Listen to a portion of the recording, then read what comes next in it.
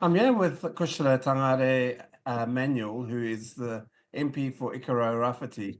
Kia ora, Cushla, and thanks for joining me. Good, Andrew. Good to see you again. Yeah, very good to see you.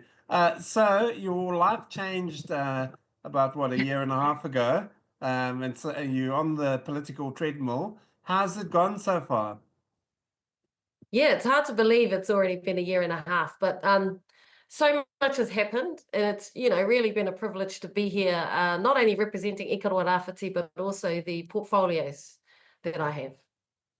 Okay, and how have those portfolios gone? Just remind us which those are and Oh, how yeah. they've been going.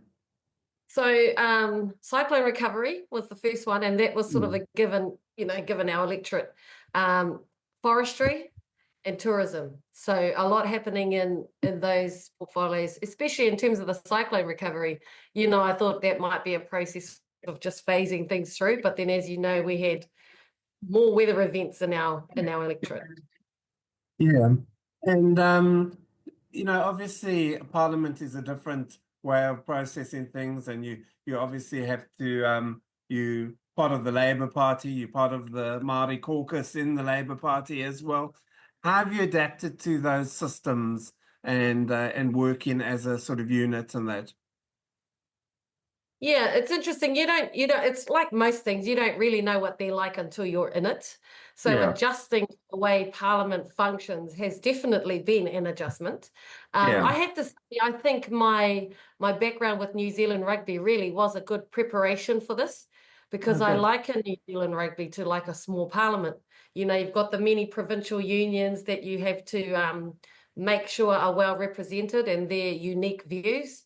And the formalities of the way New Zealand rugby runs their business, is kind of similar. Of course, nowhere near as extreme as Parliament. We still have the Westminster processes, adjusting to not being able to leave precinct was, Yes. was something that was definitely something I had to get used to, and still getting used to. But I've narrowed it down, instead of thinking, oh, we're here for so long, thinking we're only here for this long.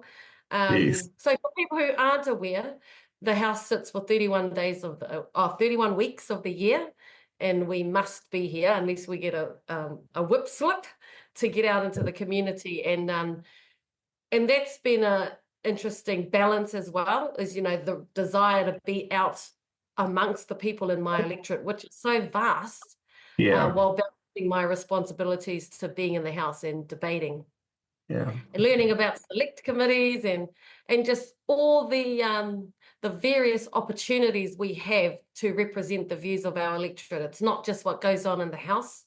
I've had some good traction with just writing letters to ministers or written questions. Yeah. Oh, that's good. Because a lot has gone on, and some would say that the coalition government, especially the minor coalition partners, it's been called an assault on Māoridom, if you like, with some of the things that they've brought up. Obviously, talking about the Māori wards and how councils are going to have to go back and sort of have referendums and that, and then obviously the big one, the treaty as well. And I'm sure you were, just tell us your involvement in the sort of protest against that and your feelings on what has been happening, all these legislative changes. Yeah, so we'll start at the end and work our way backwards, I think. So when it came time for the Treaty Principles Bill, I actually asked to speak on it. I felt compelled. I hold a Māori seat, therefore a Māori mandate, and I really wanted to speak on it. And just how unnecessary it is. Yeah. Just so disappointing that, and the fact is, I don't think National deserve to be applauded for saying we're not going to support this by the first past the first reading, because in fact, by supporting the first reading, it's given oxygen to it for another 6 months, so that the debate continues while people put in submissions. Um, the the hikoi, I think, was just a beautiful demonstration of the New Zealand we are now. It wasn't just Maori marching; it was all cultures, and to be here, to be part of it. I was really grateful that we were able to be part of the Wellington leg, and then to come and receive them at Parliament was just an amazing wairua, amazing atmosphere. It was peaceful, it was constructive, and it was a really sad culmination of, as you said, and it has been described as incessant attacks on Māori.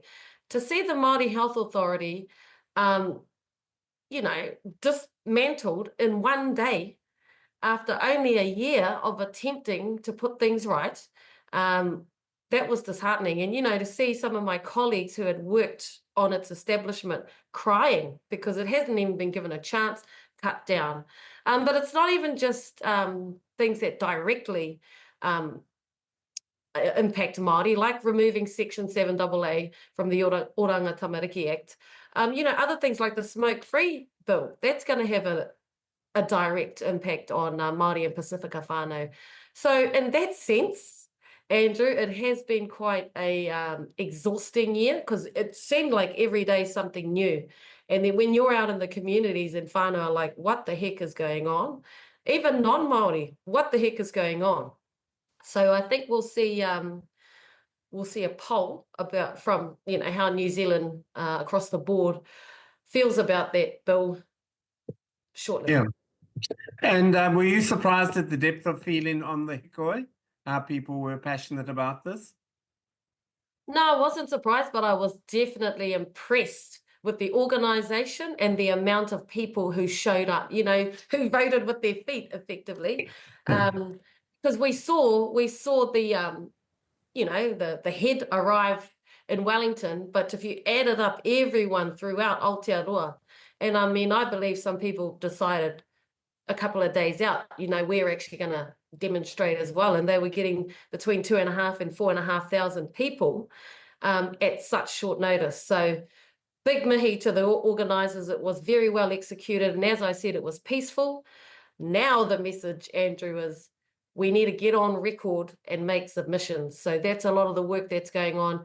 And I just want to really commend people in communities who are running submission workshops, because it can seem like an intimidating prospect to some people. So the messages I've been putting out is it doesn't have to be, you know, a major piece of written, you know, literal genius. It can simply be a message saying, I do not support this bill. Okay, we don't have too much time, but just, do you think the country is racially divided at the moment?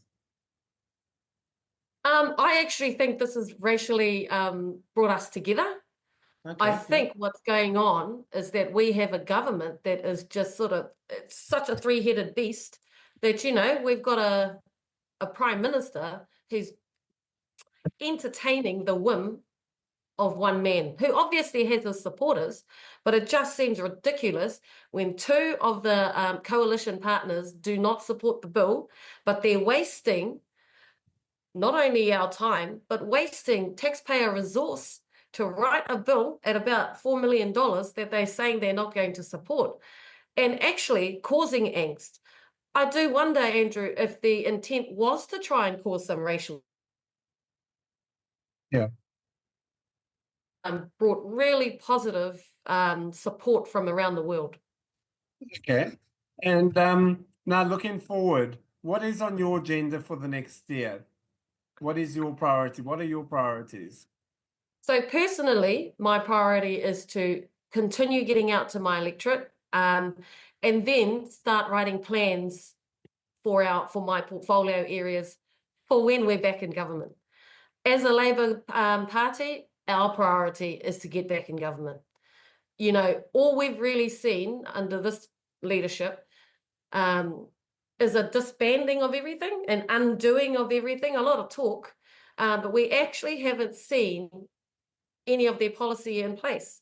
So even, for example, one of the issues we're debating still is removing agriculture from the emission trading scheme. Now that's fine. Even people who support it are saying, yes, great, but then what? You know, there's no plan. It's like, we'll remove this. What are we doing instead?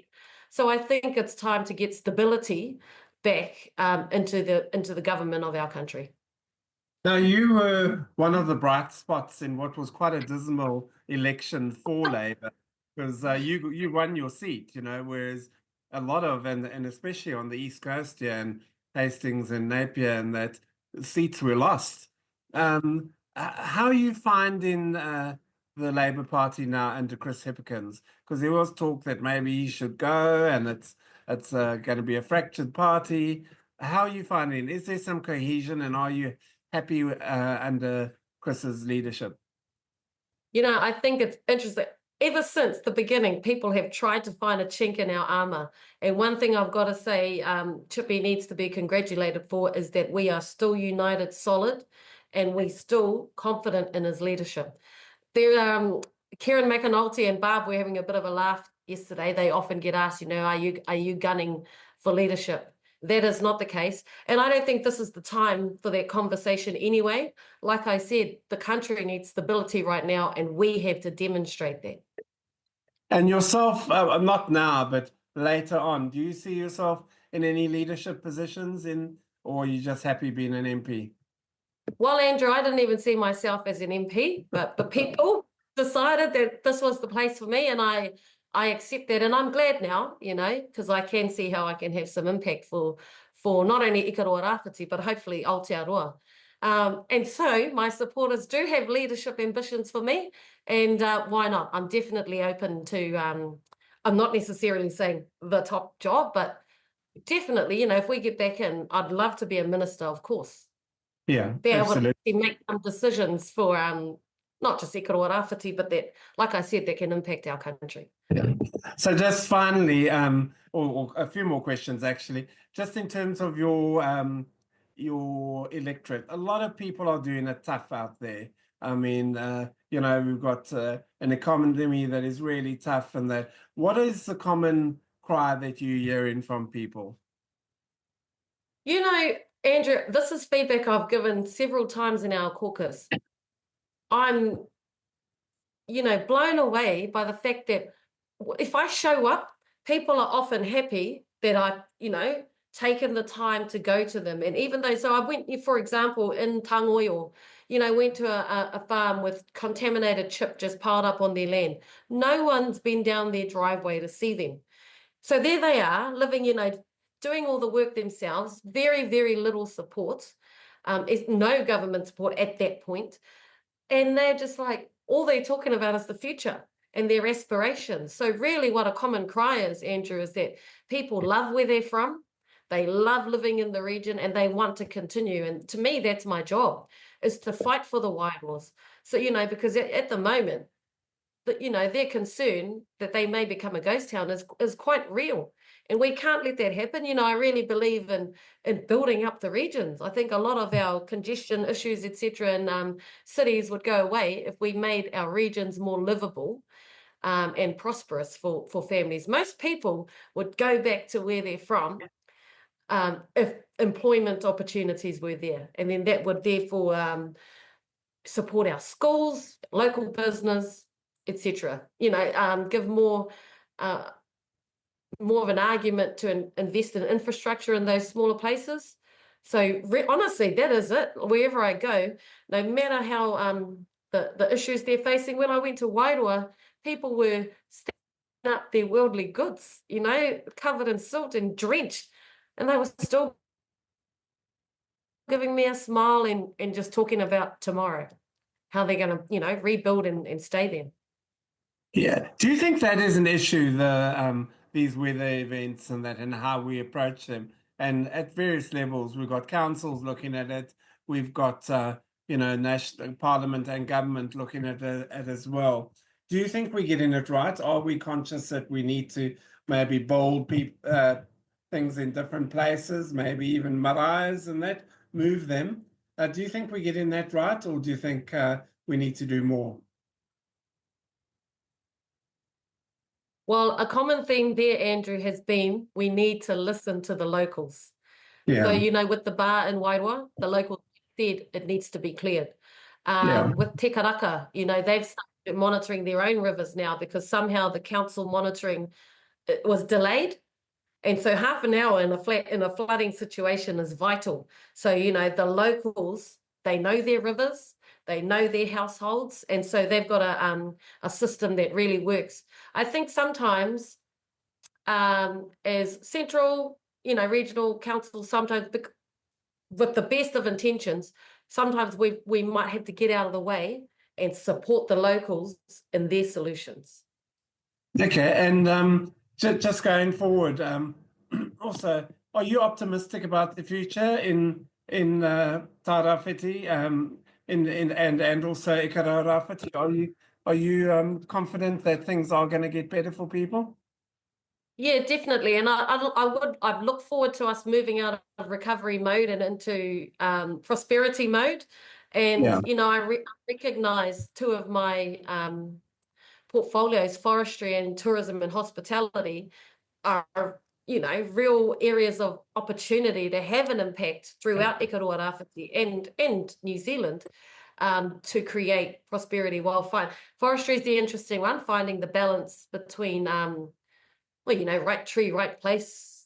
But I'm really pleased to be able to let you know that there's a collective, you were talking about councils and forestry contractors, environmentalists in Tairāwhiti now around the forestry, and I believe they had a really, really good, productive meeting. So when everyone comes to the table, we can move forward.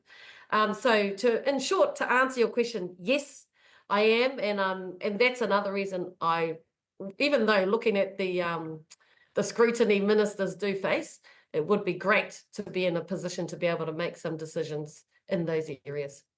And what do you promise the electorate of Ikaroa-Rāwhiti that you'll do for them? So I think I'll carry on doing what I said I would do. When I campaigned on Andrew, I think you might remember I said that I would show up, I would listen, and I would back. And so I have done that. Obviously, there's still places in Ikaroa-Rāwhiti I need to get.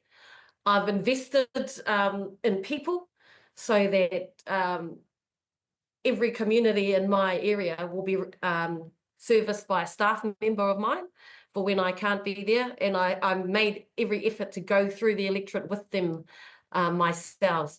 Also, I will continue to bring, in my maiden speech, I said, I will bring your light to this house. And so every speech I make, I try to make sure it's informed by either the people of the electorate or stakeholders in whatever portfolio I'm talking about. Cushla, Tangaere, Manuel, thank you so much for your time and all the best for the break and for the new year. Thank you, Andrew. Good to see you looking well, and you enjoy a beautiful Hawke's Bay Christmas and New Year yourself.